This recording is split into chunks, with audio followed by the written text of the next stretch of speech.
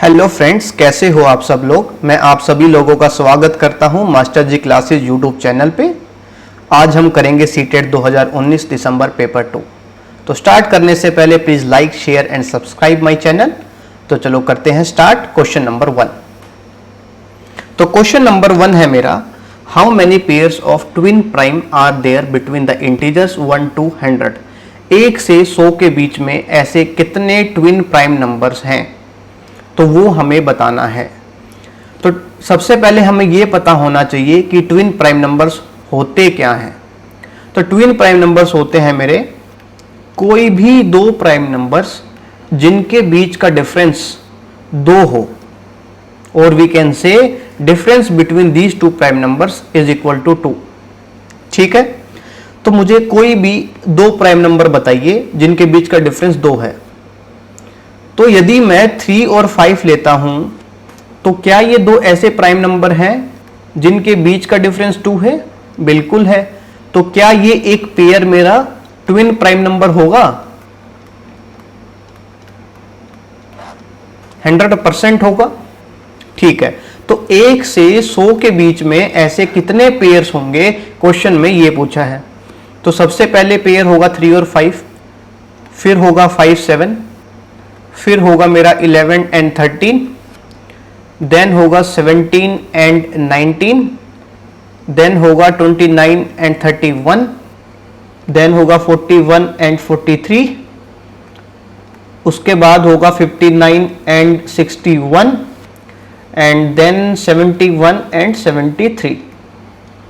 तो ये सारे पेयर्स मेरे ट्विन प्राइम नंबर्स पेयर्स हैं, क्योंकि इन सबके बीच में जो डिफरेंस है वो कितना है? सबके बीच का डिफरेंस है मेरा 2। इसमें भी 2 है, इसमें भी 2 है, कोई भी आप ले लीजिए। जैसे आपने लिया 61 and 59, तो इसमें भी 2 है। तो ये कितने पेयर्स हुए? 1 2 3 4 5 6 7 8। तो आंसर कितना होगा? 8 होगा। तो चलो करते हैं नेक्स्ट क्वेश्चन। तो नेक्स्ट क्वेश्चन में क्या पूछा है, क्वेश्चन को ध्यान से पढ़िए। If 21168 is equal to 2 raised power a into 3 raised power b into 7 raised power c, where a, b, c are natural numbers, then what is the value of 4a minus 5b plus c? तो question में ये पूछा है कि 21168 के जब factors निकाले तो वो किसके बराबर आया? 2 की पावर a, 3 की पावर b एंड 7 की पावर c, जहां पे a, b, c natural numbers हैं। तो मुझे वैल्यू निकालनी है 4a minus 5b plus c। तो देखो क्वेश्चन में ही आंसर छुपा है। 2 की पावर a निकालना है, 3 की पावर b निकालना है, 7 की पावर c निकालना है। तो आप क्या करिए, इस नंबर को डिवाइड करिए 2 से। ठीक है, चलो करते हैं स्टार्ट। 2 1 1, ओके। आफ्टर दैट क्या होगा? 0, 2 पंजे 10, 1 16, 2 8 16, 2 चौक 8। ठीक है, ये अगेन 2 से डिवाइड हो सकता है। 2 5 जा 10, 2 इंटू 2 4, 1 बचा 18, 2 इंटू 9 18, 2 इंटू 2 4। अगेन 2 से करिए। 2 दूनी 4, 1 12, 2 छिक 12, 2 चौक 8, 1 बचा 2 छिक 12। अगेन 2 से करिए इसे। 2 1 जा 2, 2 3 जा 6, 2 इंटू 2 4, 2 इंटू 3 6। बढ़िया। अब देखिए, अब ये 2 पे जाएगा? नहीं जाएगा। तो अब देखते हैं 3 से ये डिवाइड होगा या नहीं होगा। तो 3 का क्या रूल होता है? इन सब डिजिट्स का सम करिए। 3 + 2 5 + 3 8 + 1 9। 9 इज डिविजिबल बाई 3, तो ये 3 से जा सकता है। तो 3 से इससे डिवाइड करते हैं। 3 इंटू 4 12, 1 बचा। 3 इंटू 4 12, 3 इंटू 1 3, राइट। अगेन इसको 3 से डिवाइड करते हैं। 3 1 जा 3, 1 बचा 14, 3 चौक 12, 2 बचे 21, 3 सत्ते 21। अगेन इसे 3 से डिवाइड करते हैं। 3 चौक 12, 2 बचे 3 निम 27, 3 इंटू 9 27। ओके, अब देखिए, अब ये 3 से जाएगा डिवाइड? नहीं जाएगा, अब 7 से जाएगा। 7 इंटू 7 49, देन 7 1 जा 7। तो ये पूरा डिवाइड हो चुका है क्योंकि हमें यहाँ पे 1 मिल गया है।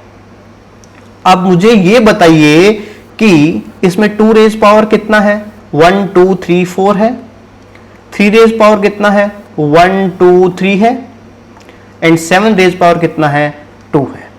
तो ए की वैल्यू कितनी हुई मेरी, 4 हुई, बी की वैल्यू कितनी हुई मेरी, 3 हुई, सी की वैल्यू कितनी हुई मेरी, 2 हुई।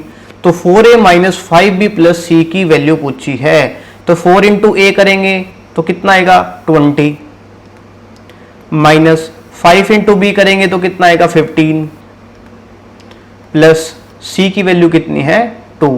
तो 20 में से 15 आएगी, कितने बचे, 5 बचे, प्लस 2 कितना आया, 7 आया। तो क्या ये सही है, यस और नो? ये तो आंसर है ही नहीं ऑप्शन में। तो दोबारा देखते हैं, ये देखो a की वैल्यू कितनी थी 4, b की वैल्यू कितनी थी 3, c की वैल्यू कितनी थी 2, तो 4a, तो 4 इंटू 4 तो ये 16 होगा, तो ये 20 नहीं है यहाँ पे, ये कितना है 16 है। तो 16 में से 15 करा कितना है 1, 1 प्लस 2 3, तो 7 नहीं, ये आएगा 3 मेरा। तो आंसर कितना हुआ 3। ऐसे कैलकुलेशन की गलतियां आपको नहीं करनी है एक्चुअल पेपर में। जितनी भी गलती करनी है ना वो मॉक पेपर्स में, प्रीवियस ईयर क्वेश्चन पेपर्स में, उनमें करिए, बट एक्चुअल पेपर में वो गलतियां नहीं होनी चाहिए। यदि आप ये काम कर लेते हैं तो मैं गारंटी के साथ कहता हूं कोई भी कैलकुलेशन मिस्टेक, कोई भी नॉनसेंस वाली जो मिस्टेक्स होती हैं वो आप क्वेश्चन पेपर में नहीं करेंगे। ठीक है, चलो अब करते हैं नेक्स्ट क्वेश्चन। तो नेक्स्ट क्वेश्चन है, let x be the least number which when divided by 8 12 20 28 35 leaves a remainder of 5 in each case. What is the sum of digits of x? तो ये बोल रहा है कि एक x नंबर है जिसे डिवाइड किया मैंने किससे, 8 से, 12 से, 20 से, 28 से एंड 35 से। इन सबसे डिवाइड करके देखा तो हमेशा रिमाइंडर 5 आया। ओके, अब मुझे ये बताइए कि क्या मैं ऐसा लिख सकता हूं 8 से डिवाइड किया, ठीक है, मान लो कि ये यहां पे जिससे वो डिवाइड गया था वो कुछ भी हो सकता है, ए बी सी, ठीक है, तो क्या मैं ऐसा लिख सकता हूं 8 इंटू ए प्लस 5 जो होगा वो x के बराबर होगा? बताइए मुझे, ये लिख सकता हूं। ऐसे ही क्या मैं ये लिख सकता हूं 12 इंटू बी प्लस 5 जो है वो भी x होगा, ऐसे ही 20c प्लस 5 जो है वो भी x होगा, ऐसे ही 28 इंटू डी प्लस 5 जो होगा वो भी x होगा, और ऐसे ही मैं ये लिख सकता हूं कि 35e प्लस 5 भी x होगा, बिल्कुल होगा। तो अब मुझे ये बताइए कि मैं इस 5 को इस साइड ले जाता हूं तो ये x माइनस 5 हो जाएगा, इधर से ये डिलीट, यहां भी x माइनस 5, इधर भी x माइनस 5, इधर भी x माइनस 5 और इधर भी x माइनस 5। तो ये देखिए x माइनस 5 जो है RHS साइड में सब में सेम है, और इधर क्या है 8 इंटू ए, 12 इंटू बी, 20 इंटू सी, 28 इंटू डी, 35 इंटू ई। तो इसे इस तरीके से देखिए आप कि x माइनस 5 एक नंबर है जो RHS साइड में सारी जगह पे सेम है, और इधर जो भी नंबर होंगे क्या वो भी सेम होंगे? तो मतलब उनकी वैल्यू सेम होगी, बिल्कुल होगी, ठीक है। तो 8 a 12b 20c 28d 35e इन सब की वैल्यू मैं क्या रख सकता हूं कि वो सेम हो जाए? तो मैं इन सब का एलसीएम ले लूं, एलसीएम लेते हैं इनका, तो ठीक है 8 12 20 28 और 35 इनका एलसीएम निकालना पड़ेगा हमें। एलसीएम निकालते हैं, चलो। ओके, तो एलसीएम कैसे निकालेंगे? देखो 2 इंटू 4 8, 2 इंटू 6 12, 2 इंटू 10 20, 14 दूनी 28, 35 जाएगा इससे? नहीं जाएगा। फिर 2 से करते हैं, 2 दूनी 4, 2 3 6, 2 5 10, 2 7 14, 35 जाएगा? नहीं जाएगा। अब 2 से फिर करा मैंने 3 5 7, 35 आएगा? ठीक है, अभी दोबारा 3 से करते हैं, 1 1 5 बचा, 7 बचा, 35 बचा। अब मुझे बताइए 7 से करूं, 1 1 5 का 5 रहेगा, ये डिविजिबल नहीं है। 7 इंटू 1 7, 7 इंटू 5 35, यहां बचा मेरा 5, 5 से ये सारा डिवाइड हो गया, 1 1 1 1 आ गया मेरे पास। तो मेरा जो एलसीएम है, क्या वो ये मेरा एलसीएम होगा? बोलिए, क्या ये एलसीएम होगा या नहीं होगा? तो कितना है एलसीएम? 2 इंटू 2 4 दूनी 8, 8 3 24, 24 इंटू 5 120, 120 इंटू 7 840, ठीक है 840। कितना आया मेरा? 840। ये किसकी वैल्यू आई? x minus 5 is equal to 840, ये आ गया। तो x की वैल्यू कितनी होगी? 845। तो x की वैल्यू हुई 845। पूछा क्या है क्वेश्चन में? What is the sum of digits of x? तो x ही इसके बराबर है और इन सब के डिजिट्स का जो सम होगा वो पूछा है। तो 8 प्लस 4 प्लस 5, 8 प्लस 4 प्लस 5 कितना होगा? 17, 17। तो ये होगा मेरा आंसर। ये समझ आया? बड़ा ही आसान क्वेश्चन था। चलिए अब चलते हैं नेक्स्ट क्वेश्चन की तरफ।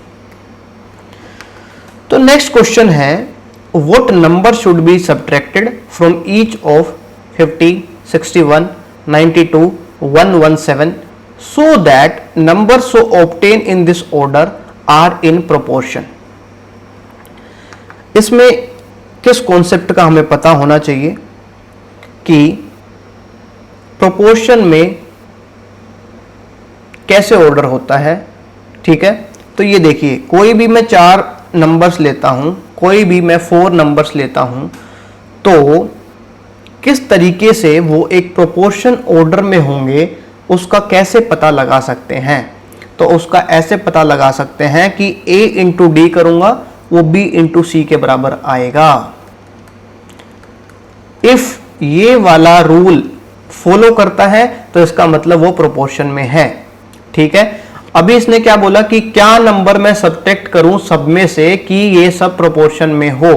तो क्या मैं ऐसा लिख सकता हूं कि 50 माइनस एक्स जो है वो पहला नंबर है मेरा, 61 माइनस एक्स दूसरा नंबर है, 92 माइनस एक्स तीसरा नंबर है, 117 माइनस एक्स फोर्थ नंबर है।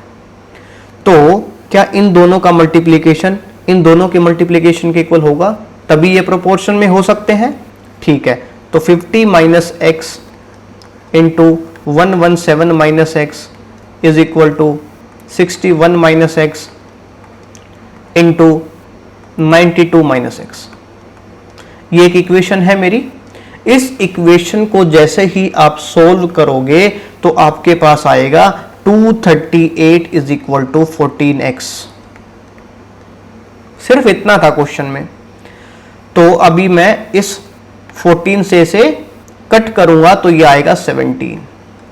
तो x की वैल्यू आई मेरे पास 17, 17 वैल्यू आई मेरे पास x की। तो इस क्वेश्चन में आपको यह पता होना चाहिए था कि हम किस तरीके से प्रोपोर्शन ऑर्डर में किसी भी 4 नंबर्स को कर सकते हैं। तो उन नंबर्स का मल्टीप्लिकेशन जो है वो एक दूसरे के बराबर होना चाहिए, जैसे कि a b c d, तो a into D is equal to b into C. हमने वही फॉलो किया और उससे आंसर आया मेरा x इज इक्वल टू 70। चलिए अब चलते हैं नेक्स्ट क्वेश्चन की तरफ। A sum of 1710 is divided in A, B, C such that 4 times of A, 6 times of B and 9 times of C are equal. What is the difference between A and C? एक सम था 1710 जिसको इस तरीके से divide किया गया 3 persons के बीच में कि 4 गुना A करूं वो बराबर है 6 गुना B is equal to 9 Guna C। और what I can say, a sum of 1710 is divided among 3 people, okay, such that 4A is equal to 6B is equal to 9C। तो ये देखिए 4A is equal to 6B is equal to 9C, okay. तो मुझे ये बताइए, ये question में दिया हुआ है, ओके, क्या आप A ratio B ratio C निकाल सकते हो? A ratio B ratio C कितना होगा, ये बताइए मुझे। और कैसे निकालेंगे वो देखते हैं। तो ये देखिए, क्या मैं a डिवाइडेड बाई b निकाल सकता हूं फर्स्ट इक्वेशन से? तो a डिवाइडेड b क्या होगा 6/4, b डिवाइडेड बाई c कितना होगा 9/6। ऐसे ही c डिवाइडेड बाई a कितना होगा 9/4। यस और नो? बिल्कुल होगा। अब मुझे ये बताइए कि ये b की वैल्यू इधर कितनी है 4 और इधर कितनी है 9, क्या ये इक्वल नहीं होनी चाहिए? बिल्कुल होनी चाहिए। तो इक्वल कैसे करेंगे इसे 9 से मल्टीप्लाई करूंगा मैं, इधर इसको 9 से करूंगा तो इसको भी 9 से करूंगा, और ये 9 इंटू 4 कितना हुआ 36। तो इसे 36 बनाने के लिए यहां मुझे 4 से मल्टीप्लाई करना पड़ेगा, इधर किया तो मुझे डेनोमिनेटर में भी करना पड़ेगा। अब c की वैल्यू इधर कितनी है 24, तो यहां भी 24 होना चाहिए या नहीं होना चाहिए? यस और नो? मुझे ये बताओ। तो ये देखो c बाई ए जब हमने किया था यहां पे c बाई ए, तो ये 9/4 होगा या 4/9 होगा? सॉरी, ये कितना होगा 4/9 होगा, ये गलत लिखा था। तो अब ये देखो 6 इंटू 4 यहां 24 है, तो ये भी 24 होना चाहिए, तो इसे भी 6 से मल्टीप्लाई करेंगे तो डेनोमिनेटर में भी करेंगे। तो अब मुझे ये बताइए कि a ratio b ratio c क्या मैं इन तीनों इक्वेशन से निकाल सकता हूं? ये देखो a b c, a की वैल्यू कितनी है 9 इंटू 6, b की वैल्यू कितनी है 9 इंटू 4, और c की वैल्यू कितनी है 6 इंटू 4। तो मेरे पास a ratio b ratio c यहां से निकल जाएगा, और वो कितना आएगा बताओ मुझे, कितना आएगा 9/6 रेशो 4। ठीक है, ये समझ आया? देखो हमने सिंपल सी ट्रिक लगाई इसमें, क्वेश्चन से ये निकाला कि 4a is equal to 6b is equal to 9c।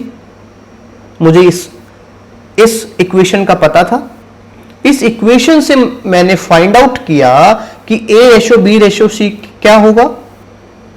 वो कैसे किया? a डिवाइडेड बाई b की वैल्यू निकाली, b डिवाइडेड बाई c की वैल्यू निकाली, and c divided by a की वैल्यू निकाली।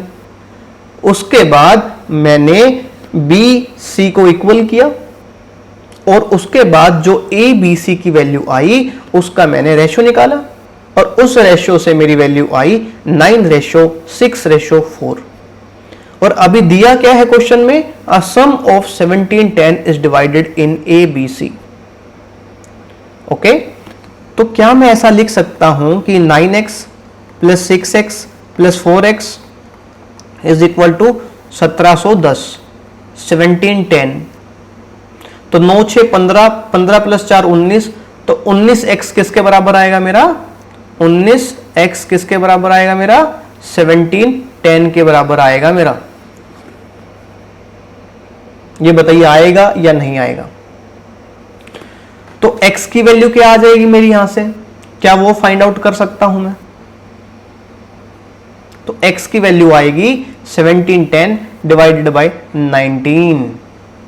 क्वेश्चन में क्या पूछा है? Difference between a and c, a और c के बीच में डिफरेंस। तो 9 माइनस 4 कितना हुआ 5, तो 5x की वैल्यू पूछ रहे हैं। किसकी वैल्यू पूछ रहे हैं? 5x की। तो ये बताओ मुझे 19 इंटू 9 कितना होगा? 9 9 81, तो 18 गया मेरा कैरी। ओके, तो ये कितना होगा 19 निम्मा 171, और ये हो गया 0 मेरा।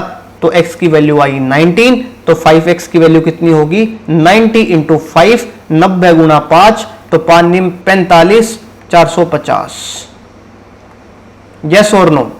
तो 450 जो होगा वो वैल्यू होगी इसकी ऑप्शन नंबर 2। इस क्वेश्चन में बस एक छोटी सी ट्रिक थी, वो था a ratio b ratio c की वैल्यू निकालना, और वो वैल्यू आपको कैसे निकालनी है वो मैंने बता दिया है। तो ऐसा क्वेश्चन कभी भी पेपर में आए मजेदार अच्छे से तभी की तभी निपटा देना है। ठीक है, क्लियर है? ठीक है, चलते हैं नेक्स्ट क्वेश्चन की तरफ। तो नेक्स्ट क्वेश्चन है, number of fruits in basket a and b are in ratio 7/9। If 6 fruits are taken out from a and put in b, then ratio become 1/3। Total number of fruits in A and B is. तो एक टोकरी ए है और एक टोकरी है B, उनमें जितने भी फल हैं उनका जो रेशियो है वो है 7:9। तो क्या मैं ऐसा लिख सकता हूं 7x और 9x इन दोनों में फल होंगे, क्योंकि इन दोनों का रेशियो क्या आएगा 7:9 आएगा। कैसे, x से x कट जाएगा। ठीक है, अब क्या किया 7x में से 6 फ्रूट उठाए और 9x प्लस में 6 कर दिया। मैंने क्या किया, मैंने इधर से 6 फल उठाए और इसमें 6 ऐड कर दिया। अब इन दोनों का जो रेशियो है वो है 7x - 6 divided by 9x + 6 is equal to 1:3, क्योंकि 6 फ्रूट ए में से उठाने के बाद और बी में डालने के बाद उनका जो अनुपात है, जो उनका रेशियो है वो हो जाता है 1:3। ओके, अब इसका जब क्रॉस मल्टीप्लीकेशन हम करेंगे तो क्या आएगा 3 × 7 21x - 3 × 6 18 is equal to 9x + 6। और जब यहां से हम x की वैल्यू सोल्व करेंगे तो वो आएगी 2। तो x इज इक्वल टू 2 आएगा। अब टोटल फ्रूट्स पूछे हैं तो टोटल फ्रूट्स किसके बराबर होंगे 7x + 9x के। और जब x इज इक्वल टू 2 हम इसमें पुट करेंगे तो वैल्यू कितनी आएगी 7 × 2 14 + 9 × 2 18 18 + 14 इज इक्वल टू 32। तो 32 विल बी द आंसर। अब चलते हैं नेक्स्ट क्वेश्चन की तरफ। नेक्स्ट क्वेश्चन है, एक ट्रायंगल ABC है और एक ट्रायंगल ADB है जो एक कॉमन बेस पे है AB एक कॉमन बेस है और इस पे ABC और ADB दो ट्रायंगल्स हैं। अब गिवन क्या है कि DA जो है वो परपेंडिकुलर है AB के, DA जो है वो परपेंडिकुलर है किसके AB के, CB परपेंडिकुलर है AB के, CB परपेंडिकुलर है AB के, और AC BD के इक्वल है, AC और ये BD जो है वो इक्वल है, ये दोनों क्या है इक्वल है। तो कौन सी ट्रायंगल्स एक दूसरे की कॉन्ग्रुएंट होंगी, क्वेश्चन में ये पूछा गया है। तो मुझे ये बताइए कि ट्रायंगल ADB और ट्रायंगल ABC में क्या AB और AB एक दूसरे के इक्वल है, बिल्कुल है। ऐसे ही BD और AC इक्वल है, ये भी है। और एक एंगल 90 डिग्री दोनों में है, ये भी बिल्कुल है। तो दो साइड इक्वल हो गई, एक एंगल इक्वल हो गया, तो इसका मतलब ये दोनों एक दूसरे के कॉन्ग्रुएंट होंगी, 100% होंगी। तो आंसर क्या आएगा ABC और ADB जो है वो एक दूसरे के कॉन्ग्रुएंट होंगी। बड़ा ही आसान क्वेश्चन था। अब चलते हैं नेक्स्ट क्वेश्चन की तरफ। नेक्स्ट क्वेश्चन बड़ा ही आसान क्वेश्चन है। ये पूछा है कि 3 साइड्स दी हुई है एक ट्रायंगल की, तो इनमें से कौन सी ट्रायंगल राइट एंगल ट्रायंगल होगी। ठीक है, तो राइट एंगल ट्रायंगल के लिए जैसा हम सबको पता है कि राइट एंगल ट्रायंगल हमेशा पाइथागोरस थ्योरम को फॉलो करती है। पाइथागोरस थ्योरम क्या होती है, हाइपोटेनस का square is equal to perpendicular का स्क्वायर प्लस बेस का स्क्वायर। ओके, इन तीनों में से इन चारों में से, इन चारों ऑप्शंस में से जो इस आइडेंटिटी को फॉलो करेगा वो राइट एंगल ट्रायंगल बनाएगा। ओके, ये देखिए 11, 60 और 61 ये जो है वो एक ट्रिपलेट है जो हमेशा इस वाली आइडेंटिटी को फॉलो करेगा ही करेगा। तो इसलिए आंसर होगा मेरा 3rd। ओके, बड़ा ही सिंपल क्वेश्चन था। तो ट्रिपलेट्स एक बार नजरों में से निकाल देने चाहिए सारे, जैसे 3, 4, 5 भी एक ट्रिपलेट है। ओके, जैसे कि 6, 8, 10 भी एक ट्रिपलेट है। ऐसे ही 11, 60 और 61 भी एक ट्रिपलेट है।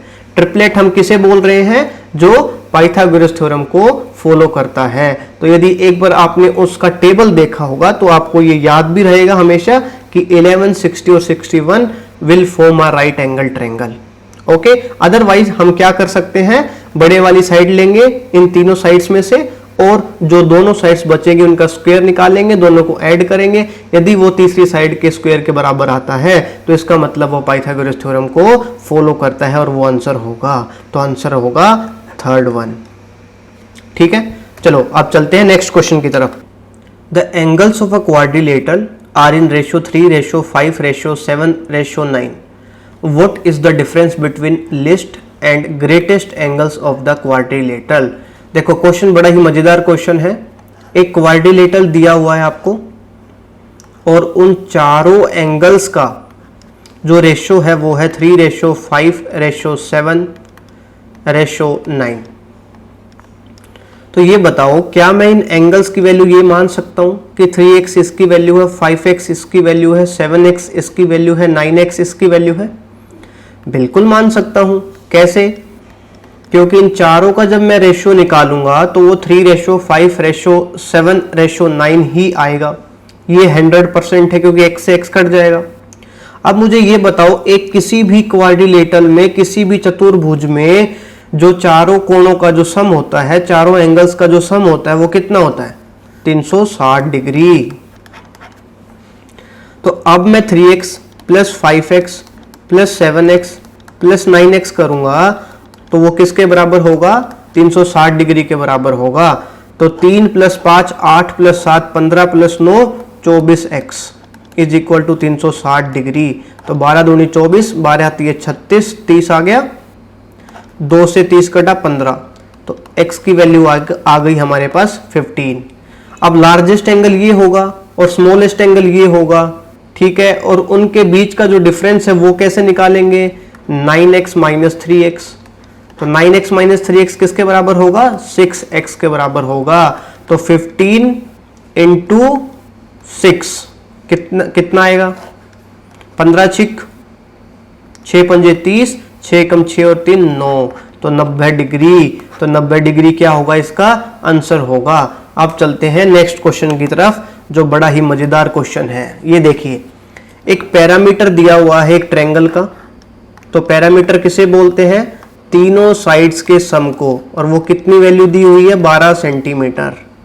If all the three sides have length in integers then how many such different triangles are possible।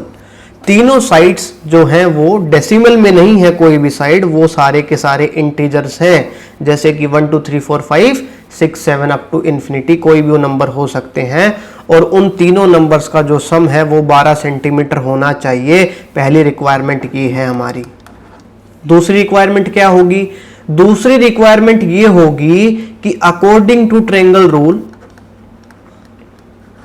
ये हमें पता है कि किसी भी दो साइड्स का सम तीसरी साइड से ज्यादा होना चाहिए। किसी भी दो साइड्स का सम तीसरी साइड से ज्यादा होना चाहिए। ओके, तो ये देखिए a + b की वैल्यू ग्रेटर देन c में लिख सकता हूं। और a + b + c किसके बराबर है? 12 सेंटीमीटर के बराबर है। तो क्या मैं ऐसा लिख सकता हूं a + b = 12 - c। तो a + b greater than c होगा तो 12 - c भी ग्रेटर देन c होगा। तो 12 ग्रेटर देन 2c होगा। 2 से 12 कट गया 6 पे, तो c जो होगा वो लेस देन 6 होगा। इसका मतलब एक साइड जो है वो हमेशा 6 से छोटी होगी। तो यदि मैं मान लूं कि वो साइड जो है वो है 5, वो साइड कितनी है? वो साइड है 5। तो 12 सेंटीमीटर टोटल सम है, एक साइड 5 सेंटीमीटर है, तो दोनों साइड्स जो बच गई उनका सम कितना होगा?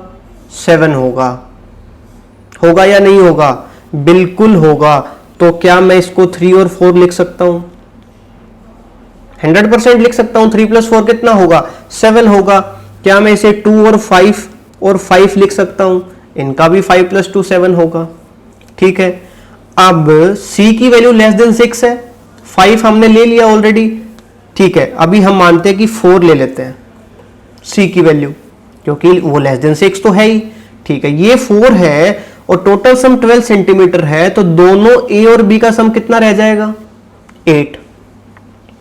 8 यदि हम करते हैं तो क्या 4 और 4 लिख सकता हूं? ये भी मैं लिख सकता हूं। तो हमारे पास ऐसे कितने पेयर बन गए? हमारे पास ऐसे 3 पेयर्स बन गए। तो आंसर में 3 ऑलरेडी गिवन है, तो 3 इसका क्या होगा? आंसर होगा। ऐसे 3 ही पेयर बनेंगे जिनका पेरीमीटर 12 सेंटीमीटर होगा और ट्रायंगल की उस प्रॉपर्टी को वो फॉलो करेंगे जो कि है कि sum of 2 sides will be greater than third side. Okay, चलो अब चलते हैं नेक्स्ट क्वेश्चन की तरफ। ये भी बड़ा मजेदार क्वेश्चन है, जरा ध्यान से देखें। एक गोडाउन है, किसकी शेप में है? क्यूबॉइड की शेप में है। घना भाकार गोदाम है एक, जिसकी लंबाई, चौड़ाई और ऊंचाई दी हुई है, जिसकी लेंथ, ब्रेथ और हाइट दी हुई है। कितना है वो? लेंथ है 56 सेंटीमीटर और ब्रेथ है 42 मीटर और हाइट है 10 मीटर। अब how many maximum cuboidal boxes each measuring 2.8 metre, 2.5 metre, 70 centimetre can be stored into the godown. तो क्वेश्चन में क्या दिया हुआ है कि एक क्यूबॉइड है, एक घना भाकार गोदाम है जिसकी चौड़ाई, लंबाई और ऊंचाई दी हुई है। उसके बाद एक बॉक्स की भी लंबाई, चौड़ाई, ऊंचाई दी हुई है। तो ऐसे कितने बॉक्स उस गोदाम में भरे जा सकते हैं, हमें ये फाइंड करना है। तो ये एक वॉल्यूम का क्वेश्चन है। तो मैं क्या करूं, इस बड़े वाले घने भाकार गोदाम, इस गोडाउन का मैं वॉल्यूम निकालूं और उस वॉल्यूम को मैं बॉक्स के वॉल्यूम से डिवाइड कर दूं, तो मुझे क्या मिलेगा? मुझे मिलेगा कि कितने नंबर ऑफ बॉक्सेस मैं उसमें स्टोर कर सकता हूं, कितने डिब्बे में उसमें स्टोर कर सकता हूं। तो सबसे पहला काम वॉल्यूम निकालना, किसका? पूरे गोदाम का। दूसरा उस बॉक्स का वॉल्यूम निकालना और उससे डिवाइड कर देंगे हम किसके वॉल्यूम को? गोडाउन के वॉल्यूम को। ठीक है, निकालते हैं। तो नंबर ऑफ बॉक्सेस जो होंगे मेरे पास वो होंगे 56 इंटू 42 इंटू 10 डिवाइडेड बाई, तो वॉल्यूम कैसे निकलता है क्यूबॉइड का? Length into breadth into height. तो मैंने उस गोडाउन का जो लेंथ, ब्रेथ और हाइट था उन तीनों को मल्टीप्लाई कर दिया। ठीक है, अब मैं निकालूंगा वॉल्यूम किसका? उस बॉक्स का जो क्यूबॉइड फॉर्म में ही है। तो 2.8 मीटर, 2.5 मीटर इंटू 70 सेंटीमीटर। और सारे वैल्यूज किस में है? मीटर में। सिर्फ ये वैल्यू 70 सेंटीमीटर में दिया हुआ है। ये सोच के कि बच्चा गलती करे नहीं, लेकिन हम क्या करेंगे, इसको मीटर में चेंज कर लेंगे।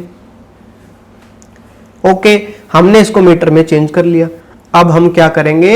हम सिर्फ कैलकुलेशन करेंगे। तो कैलकुलेशन करते हैं, चलो। ये देखो, यहां 2.8 है तो इधर मैं 28 लिखूंगा तो 10 मेरा ऊपर चला गया। इधर मैं 70 लिखूंगा तो मेरा 100 ऊपर चला गया। इधर मैं 2.5 की जगह 25 लिखूंगा तो ऊपर 10 चला गया। ठीक है, अब देखो 28 दूनी 56, 25 चौका 100, 0 से 0 कट गया, यहां बचा 7, 7 से 42 गया 6। ठीक है, नीचे से सब कुछ कट गया, ऊपर क्या क्या बच गया? 2 इंटू 6 इंटू 10 इंटू 10 इंटू 4, कितना आ गया? 6 दूनी 12, 12 चौक 48, 48 और 10 इंटू 10 100। तो 4800 मेरा आंसर आ गया। 4800 विल बी द आंसर। तो कितने बॉक्स बन सकते हैं? 4800 बॉक्स बन सकते हैं। ठीक है, चलो अब चलते हैं नेक्स्ट क्वेश्चन की तरफ। क्वेश्चन है, circumference of the base of a right circular cylinder is 528 centimeter and its height is 2 meter. What is the volume of the cylinder? ठीक है, ये देखिए, ये एक सिलेंडर है मेरा। ठीक है, इस सिलेंडर का जो सर्कमफ्रेंस है बेस का, तो बेस के सर्कमफ्रेंस का मतलब क्या हुआ? तो देखो, सर्कल जो होता है मेरा, उसका जो बेस होता है उसका सर्कमफ्रेंस तो एक सर्कल में होगा, और सर्कल का सर्कमफ्रेंस कितना होता है? 2 पाई आर होता है। तो 2 पाई आर की वैल्यू जो है वो दी हुई है 528 सेंटीमीटर, और इस सेंटीमीटर को हम मीटर में चेंज कर लेते हैं तो 5.28 मीटर हो जाएगा। ओके, तो ये है इक्वेशन नंबर पहली। दूसरी, हाइट की वैल्यू दी हुई है 2 मीटर क्वेश्चन में। ओके, अब हमें निकालना क्या है? हमें निकालनी है वॉल्यूम ऑफ सिलेंडर, जो कि होती है पाई आर स्क्वायर एच के बराबर। बस अब ये फॉर्मूला लगाना है आपको। तो पाई आर स्क्वायर, आर की वैल्यू यहां से निकाल सकता हूं मैं कैसे? 5.28 इंटू 5.28 डिवाइडेड बाय 2 पाई का square which is equal to 4 pi square into H होगा मेरा 2 मीटर। तो पाई से पाई कट गया मेरा, 2 इंटू 2 4, नीचे 2 पाई बच गया। ओके, अब मैं इस पाई को लिखता हूं 22/7, तो 7 चला जाएगा ऊपर। ठीक है, ये समझ आया। अब जब मैं इसको सोल्व करूंगा तो मेरे पास क्या वैल्यू आएगी, मेरे पास वैल्यू आएगी 4.4352 मीटर का क्यूब। तो आंसर होगा ये। बड़ा ही आसान क्वेश्चन था, सिर्फ क्वेश्चन को देखिए ध्यान से, उसी में आंसर छुपा होता है। तो जब हमें पता है कि सिलेंडर का जो निचले वाला हिस्सा होता है, जो भाग होता है, वो एक सर्कल की फॉर्म में होता है और सर्कल का पेरीमीटर सरकमफ्रेंस वो 2 पाई आर के बराबर होता है। तो 2 पाई आर की वैल्यू दी हुई है, एच की वैल्यू दी हुई है, वहां से आर की और एच की वैल्यू मिल गई हमें, और हमें सिंपल फॉर्मूला में पुट करना है कि वॉल्यूम जो होगा वो पाई आर स्क्वायर एच के बराबर होगा। हमने पुट किया और आंसर निकाल लिया। ओके, ठीक है, अब चलते हैं नेक्स्ट क्वेश्चन की तरफ। Area of a quadrilateral is 227.2 centimetre square. एक किसी चतुर्भुज का जो क्षेत्रफल है वो है 227.2 सेंटीमीटर स्क्वायर का। ठीक है, तो ये लीजिए, मैंने कोई भी एक क्वाड्रिलेटरल ले लिया। ओके, और इस क्वाड्रिलेटरल का जो क्षेत्रफल दिया हुआ है, जो एरिया दिया हुआ है, वो है मेरा 227.2 centimetre square and length of perpendicular from the opposite vertices to a diagonal. ये देखिए, ये बोलता है कि किसी भी एक डायगोनल पे, किसी भी एक विकर्ण पे दोनों अपोजिट वर्टिसेस से सम्मुख शीर्षों से यदि मैं 2 लंब डालता हूं, 2 परपेंडिकुलर डालता हूं, तो उनकी जो लेंथ है वो है 7.2 सेंटीमीटर, 7.2 सेंटीमीटर और 8.8 सेंटीमीटर। ठीक है, ये समझ आ गया आप लोगों को। ओके, अब ये देखिए कि इस क्वाड्रिलेटरल का जो एरिया होगा वो हम कैसे निकालेंगे, इस चतुर्भुज का जो क्षेत्रफल है हम वो कैसे निकाल सकते हैं, वो देखिए। अब मेरे पास इस चतुर्भुज को यदि मैं 2 भागों में डिवाइड करूं, ADC एंड ABC ट्रायंगल में, तो क्या मैं इन दोनों ट्रायंगल्स का एरिया को यदि ऐड कर दूं, क्या वो किसके बराबर होगा, 227.2 सेंटीमीटर स्क्वायर के बराबर होगा या नहीं होगा? बिल्कुल होगा।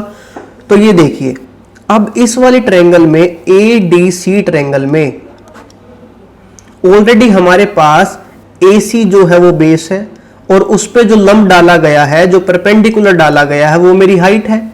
तो ये देखो, हाफ इंटू AC को मैं मानता हूं D इंटू हाइट जो है वो है 7.2 plus half into D into और हाइट ये कितनी है 8.8। तो दोनों ट्रायंगल्स के एरिया जो है उनको यदि मैं प्लस करता हूं तो वो किसके बराबर होंगे, 227.2 के बराबर होंगे। ओके, अब यहां से मुझे किसकी वैल्यू निकालनी है, मुझे यहां से निकालनी है D की वैल्यू। तो हमारे पास एक इक्वेशन आ गई, और इस इक्वेशन से क्या मैं D की वैल्यू फाइंड आउट कर सकता हूं? बिल्कुल कर सकता हूं। तो ये देखिए, 7.2D प्लस 8.8D, और इधर से मैंने हाफ कॉमन लिया और दूसरी साइड में उसे ले गया, तो 227.2 इंटू 2। ओके, तो ये इक्वेशन कुछ ऐसे में चेंज हो गई। अब मुझे ये बताओ, 7.2D और 8.8D किसके बराबर होगा? 8 और 2 10, 8 और 7 15 और 1 16, तो 16D के बराबर होगा। और ये किसके बराबर होगा? 227.2 इंटू 2 के बराबर। 2 से 16 कट गया, 8 आ गया। और D की वैल्यू कैसे निकालेंगे आप? 227.2 डिवाइडेड बाई 8। ठीक है, जब हम इसे डिवाइड करेंगे तो जो मेरे पास वैल्यू आएगी वो आएगी 28.4 सेंटीमीटर। तो आंसर कितना होगा? आंसर होगा सेकंड।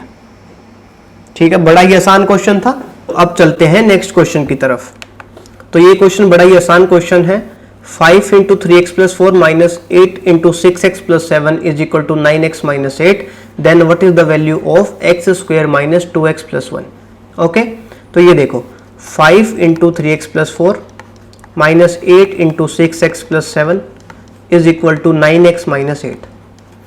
तो 5 इंटू 3 15x प्लस 5 चौक 20 minus 8 6 48x minus 8 into 7 minus 56 is equal to 9x minus 8। ठीक है, अब x वाली टर्म्स को एक साइड ले जाते हैं। तो यदि मैं 15x को इस साइड ले जाऊंगा तो क्या होगा? 9x माइनस 15x, और माइनस 48 को ले जाऊंगा इधर तो प्लस 48x हो जाएगा। इधर क्या बचा? माइनस 56 प्लस 20, और माइनस 8 को इधर ले जाऊंगा तो प्लस 8 हो जाएगा। तो 20 प्लस 8 28 माइनस 56 माइनस 28 आ जाएगा। इधर क्या बचेगा? 48x प्लस 9x कितना हुआ? 57x minus 15x। तो ये किसके बराबर होगा? 42x के बराबर होगा। तो 7 चौक 28 7 6 42 2 दूनी 4 2 3 6। तो x की वैल्यू आई -2/3। अब इस x की वैल्यू को हम इस इक्वेशन में पुट करेंगे। तो x square minus 2x plus 1 की वैल्यू हमें चाहिए है। तो x स्क्वायर, तो -2/3 का स्क्वायर करेंगे तो कितना आएगा? 4/9 माइनस 2 इंटू एक्स, माइनस और माइनस क्या हो जाएगा? प्लस, तो प्लस 4/3 प्लस 1। एलसीएम कितना आया इसका? 9 4 plus 3 into 3 9 3 into 4 12 plus 9 into 1 9। तो ये किसके बराबर आया? 12 और 4 16 प्लस 9 25, 25/9। तो आंसर क्या होगा मेरा? 25 डिवाइडेड बाय 9। अब चलते हैं नेक्स्ट क्वेश्चन की तरफ। तो नेक्स्ट क्वेश्चन है मेरा, ये एक इक्वेशन दी हुई है जिस इक्वेशन में ए बी और सी वैल्यूज का यूज किया हुआ है। अब क्वेश्चन में गिवन है कि ए की वैल्यू 1 है, बी की वैल्यू -3 है और सी की वैल्यू -2 है। ओके, तो इस इक्वेशन की वैल्यू क्या होगी? तो सिंपल हमें ये वैल्यूज इधर पुट करनी है। तो ये देखो ए प्लस बी स्क्वायर प्लस सी।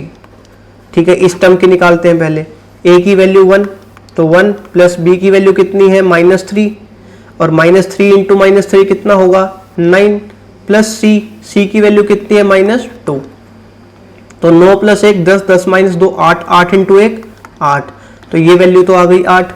अब इस दूसरी टर्म को देखते हैं। दूसरी टर्म कितनी है? B square, A square plus B square plus C square. B square की वैल्यू कितनी है? 9। ए स्क्वायर की वैल्यू कितनी होगी? 1 प्लस बी स्क्वायर की वैल्यू कितनी होगी? 9। सी स्क्वायर की वैल्यू कितनी होगी? 4। तो 9 प्लस 1 10, 10 प्लस 4 14, 14 इंटू 9, 14 इंटू 9 किसके बराबर होगा? 9 चौक 36, 3 गया मेरा कैरी, 9 एकम 9, 9 और 3 12, तो 126। अब मुझे ये बताओ सी ए प्लस बी स्क्वायर किसके बराबर होगा? सी की वैल्यू है -2, ए प्लस बी का स्क्वायर, ए 1 है, बी स्क्वायर 9 होगा, 9 प्लस 1 10, 10 इंटू -2 -20। अब मुझे ये बताओ तीनों टर्म्स की वैल्यू आ गई, तो तीनों टर्म्स को अब मैं क्या करूंगा? अकॉर्डिंग टू साइन ऐड कर दूंगा। ठीक है, पहली टर्म है 8, 8 प्लस सेकेंड टर्म है 126। अब थर्ड टर्म के सामने माइनस है, तो माइनस माइनस क्या होगा? प्लस हो जाएगा। ओके, तो ये वैल्यू कितनी आई मेरे पास? 20 और 8 28, 28 और 126 कितने होंगे? 8 और 6 14, कैरी गया 1, 2 प्लस 2 4 और 1 5, तो 154 विल बी द आंसर। तो आंसर क्या होगा? 154। इसमें कुछ भी नहीं करना था, बड़ा ही आसान क्वेश्चन था। सिर्फ हमने वैल्यूज को पुट किया और क्वेश्चन की वैल्यू को फाइंड आउट किया। ओके, तो ये बड़े स्कोरिंग क्वेश्चंस हैं, इनको ना छोड़े, इनको अच्छे से क्लियर करें अपने कॉन्सेप्ट और अच्छे से इन्हें पेपर में अटेम्प्ट करें। ठीक है, अब चलते हैं नेक्स्ट क्वेश्चन की तरफ। ये देखते हैं, अब एक इक्वेशन दी हुई है और उस इक्वेशन को सिंप्लीफाई करके इन चारों में से कौन सा ऑप्शन सही हो सकता है, क्वेश्चन में ये पूछा गया है। ओके, तो देखो मैं क्या करूंगा, इसमें एक छोटी सी ट्रिक आपको बताता हूं। वो ट्रिक क्या है, लेट अस सपोज मैं x की वैल्यू 2 लेता हूं और y की वैल्यू 1 लेता हूं और इस वाली इक्वेशन में पुट कर दूं। ओके, इसकी कुछ वैल्यू आएगी और फिर मैं x इज इक्वल टू 2 और y इज इक्वल टू 1 की वैल्यू इधर भी मैं पुट कर दूं इन चारों ऑप्शंस में, और उनमें से जो भी वैल्यू उस बड़े वाली इक्वेशन की वैल्यू के बराबर होगी तो इसका मतलब वो उसका सिंप्लीफाइड वर्जन है। बिल्कुल होगा, तो वही मेरा आंसर होगा। ठीक है, अब ये देखिए x की वैल्यू 2 इधर रखता हूं तो 2 माइनस 1, अब ये देखो x स्क्वायर तो 4 हो गया, प्लस एक्स वाई कितने के बराबर होगा, 2 के बराबर, y स्क्वायर कितना होगा 1, प्लस x प्लस वाई कितना होगा 3, एक्स स्क्वायर कितना होगा 4, माइनस एक्स वाई कितना होगा 2, प्लस वाई स्क्वायर होगा 1, minus X plus Y 3, X square कितना होगा 4, माइनस वाई स्क्वायर होगा इतना। तो अब इसकी वैल्यू कितने के बराबर होगी, 2 माइनस 1, 1 हो गया, 4 प्लस 2 6 और 1 7, 7 plus 4 plus 1 5 minus 2 3, 3 into 3 9, 4 minus 1 3, 3 into 3 9, 9 से 9 कट गया। ठीक है, क्योंकि एक प्लस में था एक माइनस में था, तो इसकी वैल्यू आई 7। तो इस इक्वेशन की वैल्यू कितनी आई 7। अब यही वैल्यूज मैं ऑप्शन में पुट करता हूं। ठीक है, चलो मैं पहले थर्ड ऑप्शन में पुट करता हूं।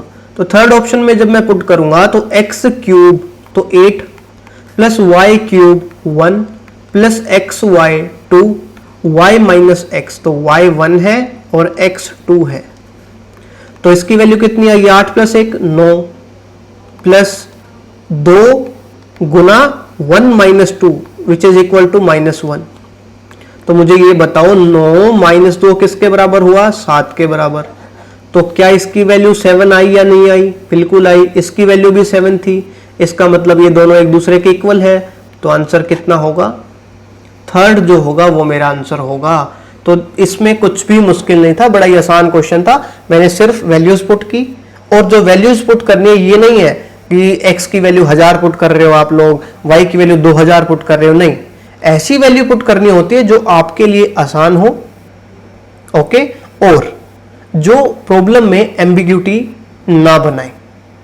ओके, ठीक है।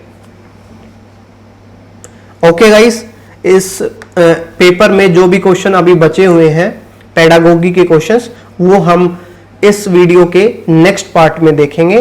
तब तक please like, share and comment and subscribe my channel. Comment जब तक नहीं करोगे ना, जब तक मुझे अपनी कमियों का नहीं पता लगेगा, please comment on the video कि क्या क्या मैं इंप्रूवमेंट कर सकता हूं, किस तरीके से मैं और इंप्रूव करके अपने लेक्चर्स को आप लोगों के लिए और अच्छा बना सकता। Please like, share and subscribe my channel. Thank you.